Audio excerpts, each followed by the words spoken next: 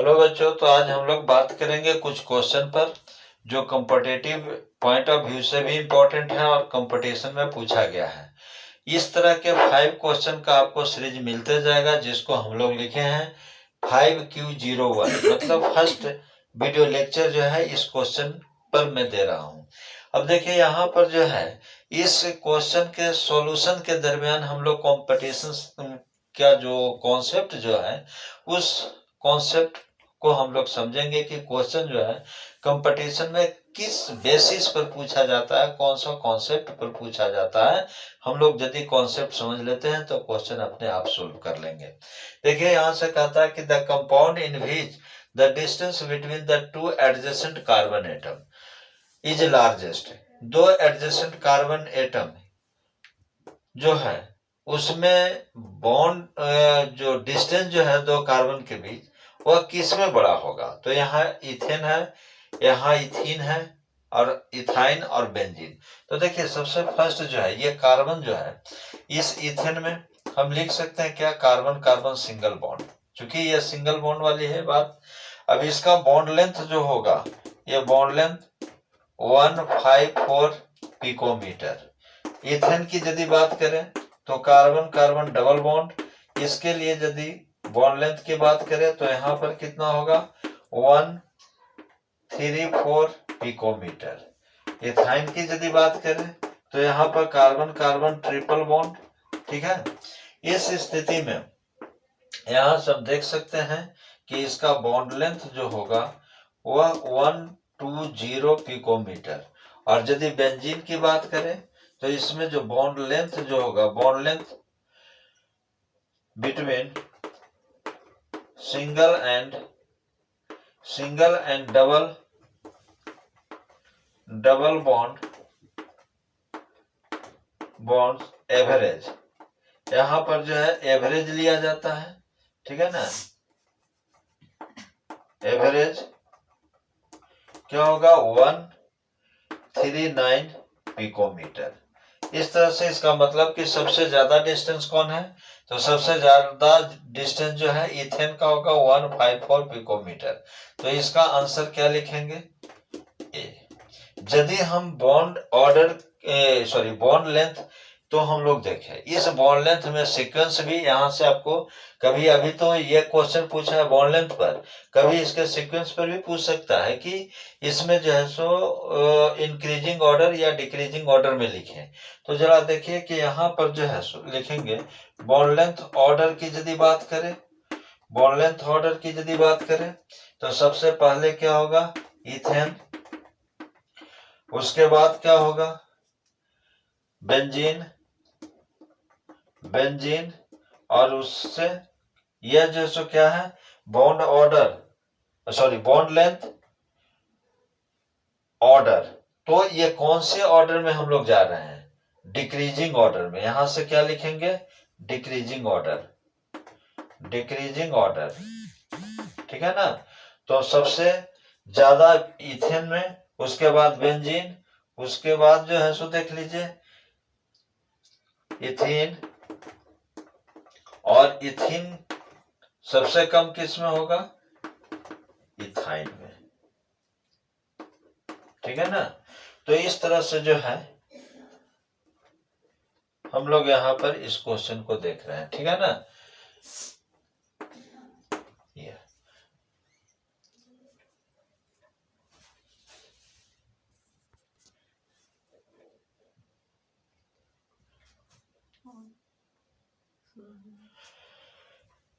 तो next question जो है कहता है compound which is not isomeric. क्या है, आइसोमेरिक नहीं है, किसका, डाई इथाइल ईथर का।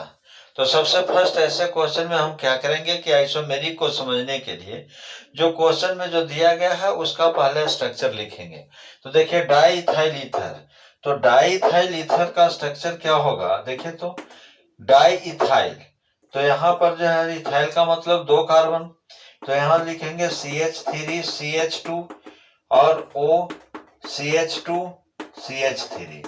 यह जो होगा डाई इथाइल ईथर, क्या लिखेंगे इसको डाई इथाइल ईथर। इसका मतलब है कि यहां से यदि हम कहें कि देखें तो कि यह जो है सो 4 कार्बन तो C4, H कितना है 3 3 6 और 4 10 और 1 ऑक्सीजन है। ये इसका फॉर्मूला बन गया।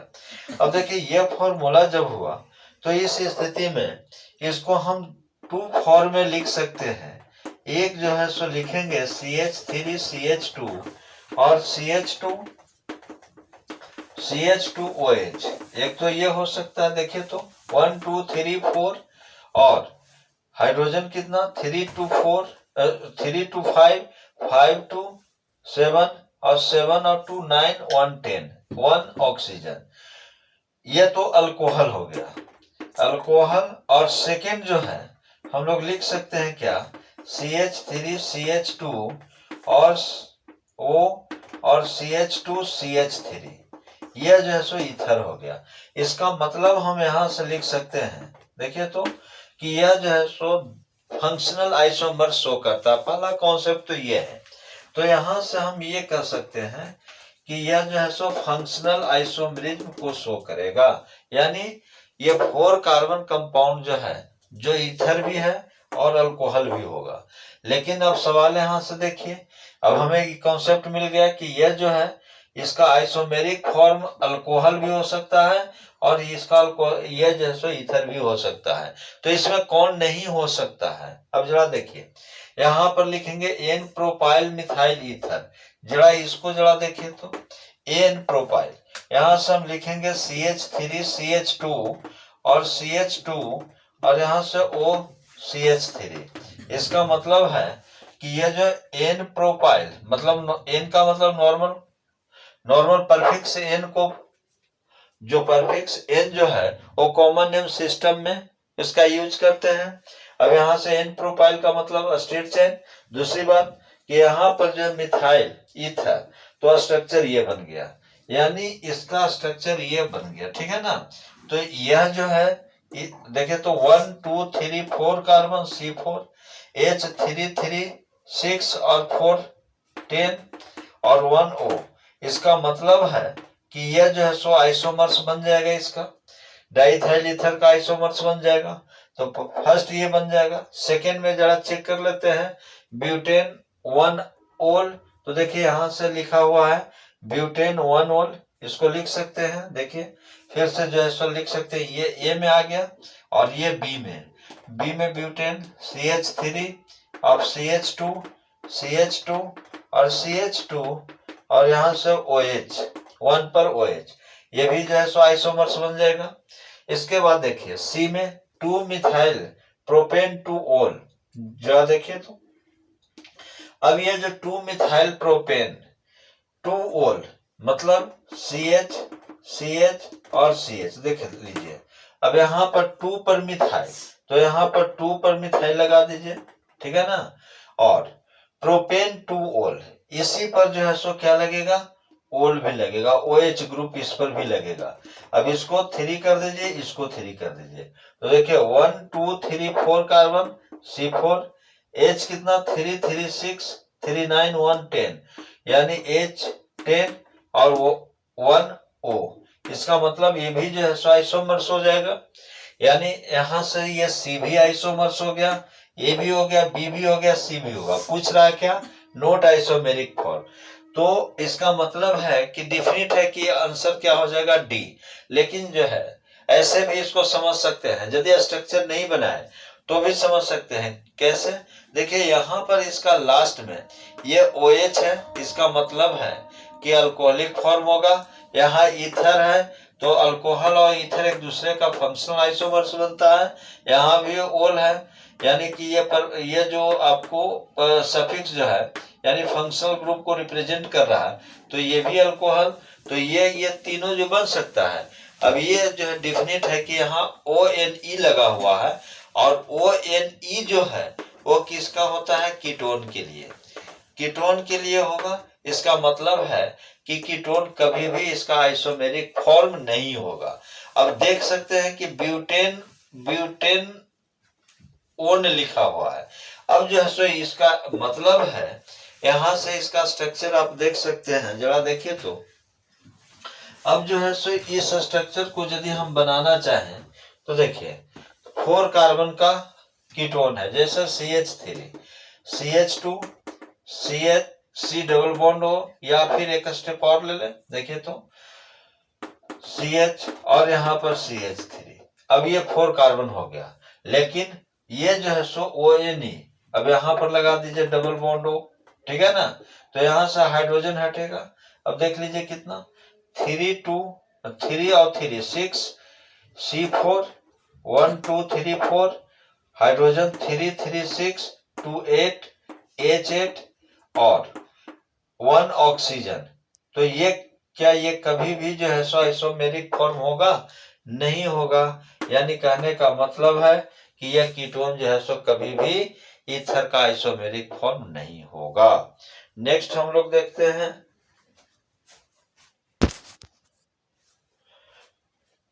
तो नेक्स्ट क्वेश्चन है, कहता है among the following the compound that can most readily sulphonated. इसमें जो है ये सल्फोनेटेड कौन जो है सो जल्दी देगा? जैसे बेंजीन, नाइट्रोबेंजीन, टॉलिन, क्लोरोबेंजीन। तो इसमें जो है सो फर्स्ट बेंजीन देख लीजिए। बेंजीन जो है रिजोनेटिंग स्ट्रक्चर को शो करेगा।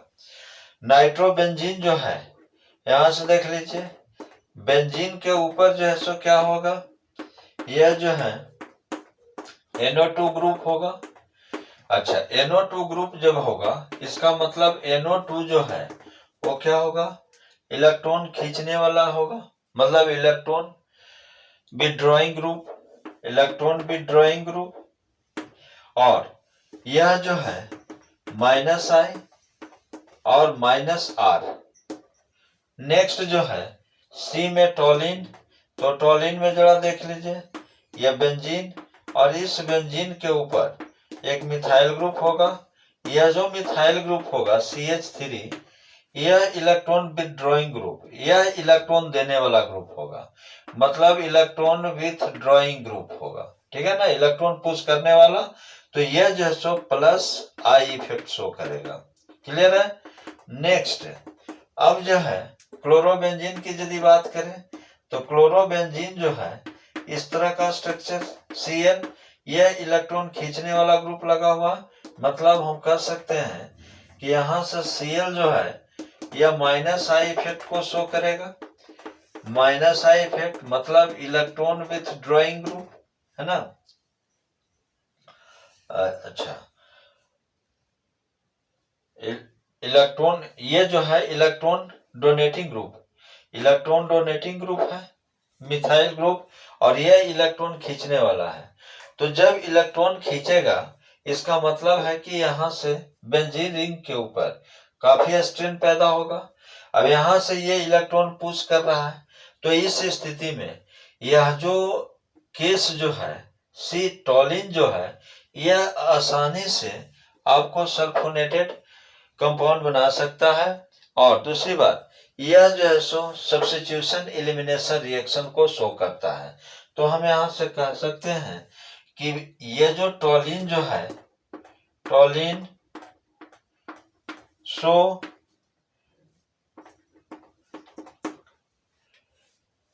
Substitution elimination reaction. तो इस स्थिति में यह जो ऑप्शन जो होगा वो C आपका सही होगा।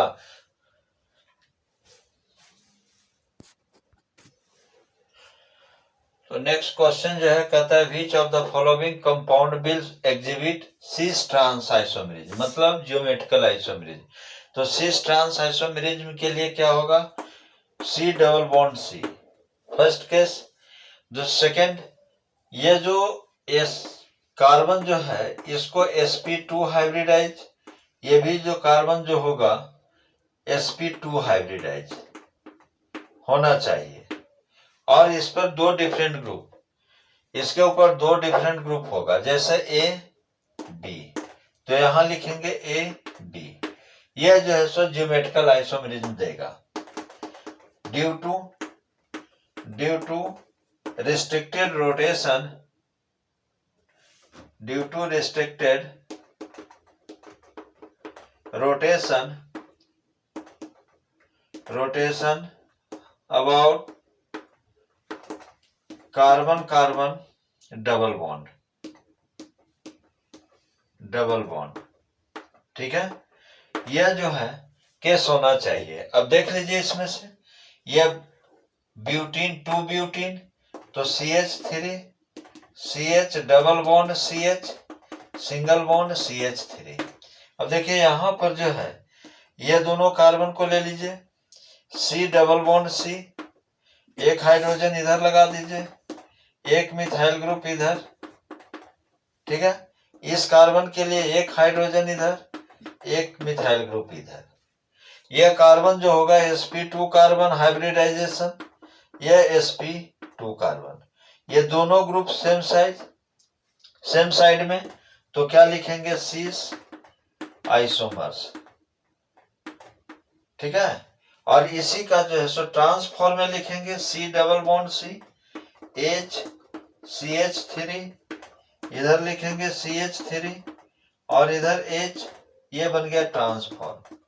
अब देखिए यहां से यह जो है दोनों सिमिलर ग्रुप सेम साइड, इसको प्लेन मान लीजिए, इस प्लेन के ऊपर ये दोनों हाइड्रोजन एक साइड में और ये दोनों मिथाइल ग्रुप नीचे।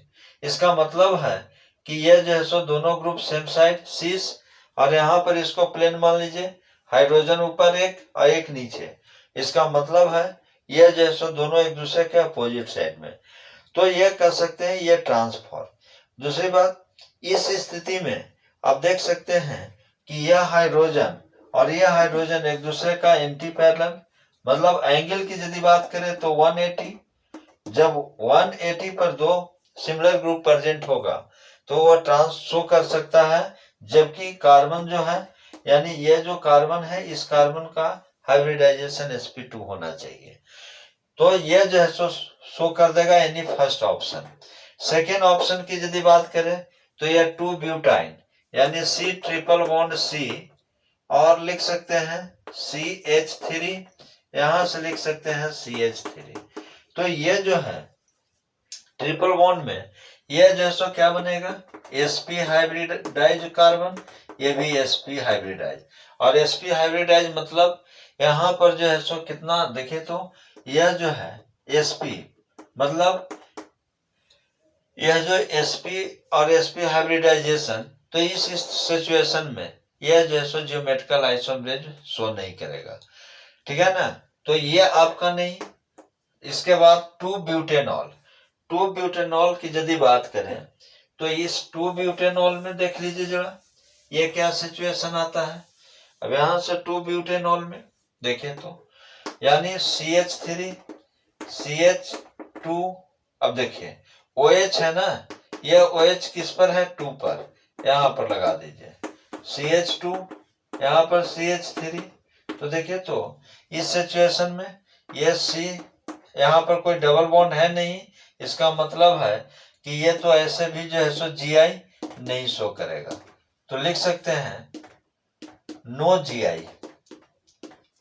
इसके बाद देखिए इसमें D में, तो D के लिए हम क्या कर सकते हैं, ब्यूटेनल का मतलब CH3 CH2 और CH2CHO, तो इसमें भी कोई डबल बॉन्ड नहीं है दो कार्बन के बीच में, तो ये भी जो है सो शो नहीं करेगा, लिखेंगे नो GI। इसका मतलब है कि आपका जो फर्स्ट ऑप्शन जो है ये ज्योमेट्रिकल आइसोमरिज्म देगा। नेक्स्ट क्वेश्चन में कहता है एन आइसोमर्स ऑफ इथेनॉल, तो सबसे फर्स्ट इथेनॉल लिख लेंगे, यानी लिख सकते हैं CH3 CH2 OH, यानी यहां से हम इसको कह सकते हैं C2H6O, ये लिख सकते हैं। तो इसका जो है सो दो आइसोमर्स देखिए यहां से, यानी ये जो है CH3 और CH2OH एक अल्कोहल बन गया, और दूसरा जो है CH3OCH3 ईथर, ये दोनों में जो है देखिए इसमें 2 कार्बन और 6 hydrogen 1 oxygen, 2 carbon 6 hydrogen 1 oxygen. इसका मतलब है कि ये दोनों एक दूसरे का आइसोमेरिक फॉर्म होगा। तो आप देख लीजिए कि डाई मिथाइल, इसको क्या लिखेंगे डाइमिथाइल ईथर। तो डाइमिथाइल ईथर देख लीजिए, डाइमिथाइल ईथर ऑप्शन क्या होगा? डी। अब देखिए डाइइथाइल ईथर तो होगा नहीं, बी वाले ऑप्शन में जरा देख चेक कर लीजिए। जैसे CH3 CH2 और यहां से O CH2 CH3, तो देखिए ये C4 H कितना 3 3 6 और 4 10 O, ये तो कभी होगा नहीं, क्योंकि इथेनॉल का ये फॉर्मूला, ये मॉलिक्यूलर फॉर्मूला ये आता है, इसका मॉलिक्यूलर फॉर्मूला ये होगा, तो ये होगा नहीं। एसीटोन की यदि बात करें सी ऑप्शन की, तो देखिए सी में एसीटोन CH3 और C डबल बॉन्ड O और यहाँ CH3 लिखेंगे, तो देखिए तो 2 कार्बन और हाइड्रोजन कितना 6, 1 ऑक्सीजन, तो देखिए तो 2 कार्बन 6। लेकिन यहाँ पर जो है ये तो मॉलिक्यूलर फॉर्मूला है, लेकिन इस स्थिति में यह जो है सो क्या इथेनॉल है, तो इथेनॉल जो है कभी भी फंक्शनल ग्रुप फंक्शनल आइसोमर्स इसका नहीं बनेगा। तो इस स्थिति में हाँ कीटोन और एल्डिहाइड ये दोनों एक दूसरे का फंक्शनल आइसोमर्स बनेगा। जैसा कि यहाँ भी हम कह सकते हैं कि इसको लिख सकते हैं A एंड B, यानी कि अल्कोहल और ईथर, यहाँ लिख सकते हैं कि alcohol and ethers both are functional isomers. तो एसीटोन जो है कीटोन जिसको हम कह रहे हैं, ये कभी भी इथेनॉल का मतलब अल्कोहल का आइसोमर्स नहीं बनेगा, तो ये सी ऑप्शन नहीं होगा। मिथेनॉल में देखिए एक कार्बन का कंपाउंड है, तो लिखेंगे CH3OH, मतलब ये इसमें एक कार्बन और 4 हाइड्रोजन, तो ये कभी भी इथेनॉल का आइसोमर्स नहीं बनेगा, यानी ऑप्शन हमारा क्या होगा? डी होगा। तो इसी तरह से हम लोग जो है हमेशा क्वेश्चन पर स्ट्राइक लेंगे और क्वेश्चन के थ्रू इसका कॉन्सेप्ट हम लोग देखेंगे, और उस कॉन्सेप्ट जब आपका बन जाएगा तो डेफिनेट है कि आप कोई भी क्वेश्चन सॉल्व कर सकते हैं। तो फिर हम लोग मिलते हैं नेक्स्ट वीडियो लेक्चर में।